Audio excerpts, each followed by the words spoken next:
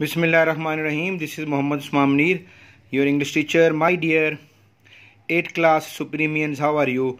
I hope so. You will be fine and you will be safe and sound by the grace of Allah Almighty, and you will be enjoying the rainy season as well. और अब ज़रा school आने की भी तैयारी कर लें, अपने आप को वार्म अप करें ज़रा, ताकि आने वाले चंद दिनों में आप हमारे पास स्कूल आ सकें. I hope so. I'm positive and I'm thinking so. The school will open very soon next month. Inshallah Taala. I'm showing you the beautiful pen again. मैं हमेशा आपको इंस्पायर करता हूँ कि अच्छे से पेन से लिखा करें, अपनी बुक्स को नीट एंड क्लीन रखा करें. आज जिस टॉपिक को मैं शुरू करूँ वो आपका ऐसे राइटिंग है, यानी मजमून नवीसी. तो माय डियर स्टूडेंट, इससे पहले कि मैं डायरेक्ट टॉपिक पे आ जाऊँ, this is against my nature, मैं आपको कुछ बता के आगे जाना चाहूँगा ताकि आपको समझ रहे, सनद रहे कि हमने कौन सा सवाल किस तरह करना है. बच्चे, आपका जो पेपर है that is consisted of 2 parts. 1 part is subjective and the other part is objective. दूसरा हिस्सा इंशाइया का होता है.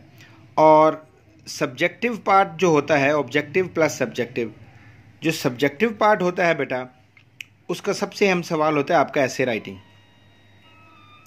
एक जो ऐसे होता है ये कई पैराग्राफ्स पर मुश्तमिल होता है. अब ध्यान से मेरी बातों को सुनिएगा. जिस तरह अल्फाज की तरतीब से जुमला बनता है, इसी तरह when we arrange words and make sentence, बिल्कुल इसी तरह किसी मौजू, उन्वान या मरकज़ी ख्याल पर मुश्तमिल चंद जुमलों की तरतीब से एक पैराग्राफ बनता है. ओके, अल्फाज की तरतीब से जुमला बनता है and we make a paragraph with the arrangement of the sentences. ठीक, और इसी तरह फिर चंद पैराग्राफ मिलकर एक ऐसे बनाते हैं, एक मजमून बनाते हैं. आपका जो ऐसे होता है बेटा, ये basically it is consisted of, mainly it is consisted of 3 parts. Number 1, इसकी इंट्रोडक्शन होती है एक अच्छा ऐसे लिखने के लिए जिसमें आपको मार्क्स मिलें. Let me tell you people some important points, ताकि आपको हमेशा समझ आए कि हमने कैसे लिखना है. Number 1 introduction, number 2 it's mid part, it's middle part, and number 3 it's conclusion. The first part of the essay is what? Introduction. अब इंट्रोडक्शन, जब भी आप ऐसे लिखना शुरू करते हैं तो पहला हिस्सा उसका इंट्रोडक्शन पे होता है, जो चंद इब्तदाई अबारात होती हैं. इसमें आप जो हैं वो जुमले के मजमून के उन्वान या मरकज़ी ख्याल के बारे में बताते हैं कि यानी आपका टॉपिक क्या है, आपने उसके बारे में चंद लाइनें लिखनी हैं. ओके, ये आपका इंट्रोडक्शन है. फिर बेटा आपका दूसरा हिस्सा आएगा, इस मिडिल पार्ट. इसका मिडिल पार्ट जो होता है ये आपके टॉपिक के मुताबिक चंद ज़रूरी बातों पर मुश्तमिल होता है, जिसमें मौजू के मुतल्लिक चंद पहलुओं पर रोशनी डाली जाती है. Okay, you highlight something relating to your subjects. जो आपके सब्जेक्ट रिलेटेड चीज़ें हैं, रिलेटिंग टू योर टॉपिक, जो आपके टॉपिक से मुतल्लिका चीज़ें हैं, वो आप उस दूसरे हिस्से में बताएंगे. ओके, और अप टू द मार्क रहना है. और थर्ड पार्ट क्या होता है बच्चे? थर्ड पार्ट में असल में कंक्लूजन देना होता है और इसके मुताबिक डेफिनेट और अल्टीमेट ओपिनियन और रिज़ल्ट निकालना होता है, और ताकि आप अपने मजमून को क्लोज कर सकें. ओके, अब बात समझ आ गई. आपका पहला हिस्सा जो है वो आपकी इंट्रोडक्शन है. You have to introduce some lines relating to your topic and subject. दूसरे हिस्से में आपने जो आपका टॉपिक है उसके कुछ जो एस्पेक्ट्स हैं वो बताने हैं, और तीसरे हिस्से में आपने कंक्लूजन देना है. ओके, अब जो आपका ऐसे होता है इसमें गैर ज़रूरी या अननेसेसरी डिटेल्स मत दें. टॉपिक पे रहें, टॉपिक को मत छोड़ें. सपोज़ अल्लामा इकबाल के बारे में आया तो आप हॉबी के बारे में ना लिखते रहे, ये तो फिर गलत हो जाएगा ना. You have to be up to the mark and you have to be related. Okay. और फिर अगर आप चाहते हैं कि हमारे मार्क्स बहुत अच्छे आएँ तो फिर आपने इसको लिखने के बाद अच्छे तरीके से पढ़ लेना है। आपके स्पेलिंग्स दुरुस्त होने चाहिए, आपके जुमले का, आपके जो जुमले वहाँ पे लिखे हैं उनका टेंस ठीक होना चाहिए। Your tense should be accurate and your grammar should be accurate over there. ये ग्रामर का ख्याल करें और अपने टेंस का ख्याल करें, अपने स्पेलिंग्स का ख्याल करें। और द लास्ट वन जो मैं आपको बात बताना चाहता हूँ वो है आपकी बेटा हैंड राइटिंग। जितनी कमाल की आपकी लिखाई होगी जितनी कमाल की आपकी हैंड राइटिंग होगी, आप उसी तरीके से अच्छे मार्क्स हासिल करेंगे। So I have selected some message for your examination point of view. उसमें से जो आज पहला टॉपिक हम करने जा रहे हैं, जो बातें मैंने आपको बताई हैं, आई होप सो आप इनको जहन में रखोगे और इस तरह लिखने से definitely you will get marks. Nobody can deduct your marks. So one of mine selection is, आपका जो ऐसे हम करने जा रहे हैं वो आज मैं आपको करवा रहा हूँ अल्लामा इकबाल। अल्लामा इकबाल जो है ये मैंने आपका सिलेक्ट किया है। इसमें आपने ये देखें, मैं आपको बता रहा हूँ, इसमें बच्चे आपकी जो हेडिंग्स हैं वो इस तरह हो सकती हैं। अवर नेशनल पोइट, ये भी अल्लामा इकबाल में आ जाएगा। The poet of the east, ये भी बच्चे अल्लामा इकबाल में आ जाएगा। माई फेवरेट पोइट, ये अगर टॉपिक आता है तो फिर भी आप इसी को लिखें। और आपके जो ऐसे है उसका नाम होगा अल्लामा इकबाल। ओके, ये अल्लामा इकबाल, ओके, अल्लामा मोहम्मद इकबाल, ये आपका ऐसे का आज का टॉपिक है। तो इसके ऊपर you have a level number 8, तो इतना ज़्यादा नहीं लिखना, जितना कुछ आपसे डिमांड किया जा रहा है उतना ही लिखें। 100 के लगभग अल्फाज, 120 के लगभग अल्फाज काफ़ी होते हैं आपके लिए। यू हैव 10 मार्क्स तो according to your marks you have to produce your material. Okay, so आज मैं आपको इसका फर्स्ट हाफ कराने लगा हूँ, आप इसको करिएगा। जो मैंने आपको कराना है ये काफ़ी हद तक मैं इससे मुतमईन हूँ, क्योंकि मुझे इसके लाइंस भी ठीक लग रही हैं और ये ठीक है। बाकी अगर आप चाहें कि कहीं और से करना है, टॉपिक यही रखिएगा, तो आप कहीं और से भी कर सकते हैं। अब नो आ जाए इसकी लाइन नंबर 1 पे। Okay, Allama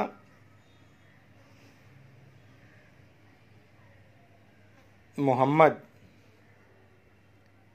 Iqbal was born in Sialkot on November 9, 1877। Allama Iqbal 9 नवंबर 1877 को सियालकोट में पैदा हुए। वेरी सिंपल लाइन, मुश्किल नहीं है। I am not in favour of the difficult line so far as your level is concerned. His father came from Kashmir, his 4 fathers came from Kashmir. 4 fathers बेटा होते हैं अबा अजदाद। आपके अबा अजदाद कश्मीर से आए थे, और ये पास में चला गया, केम आ गया ना। His father Sheikh Noor Muhammad was a pious man.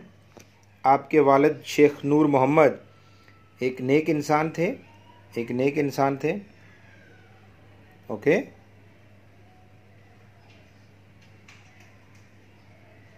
Simple was का इस्तेमाल है जी। He passed his intermediate examination from Murray college Sialkot.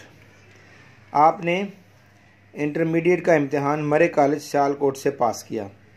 Passed लगा हुआ है ना बेटा, ये पास्ट इंडेफिनिट में चला गया। Syed Mir Hasan taught him Arabic, Persian and Islamic studies. Syed Mir Hasan ने आपको अरबी, अरेबिक अरबी, पर्शियन फारसी और इस्लामियत पढ़ाई। और इधर टाट आ गया हुआ है, तो टाट का मतलब है पढ़ाना, दिस द सेकंड फॉर्म और past indefinite. He did his MA in philosophy.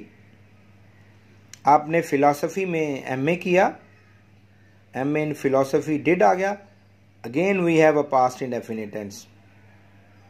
MA in philosophy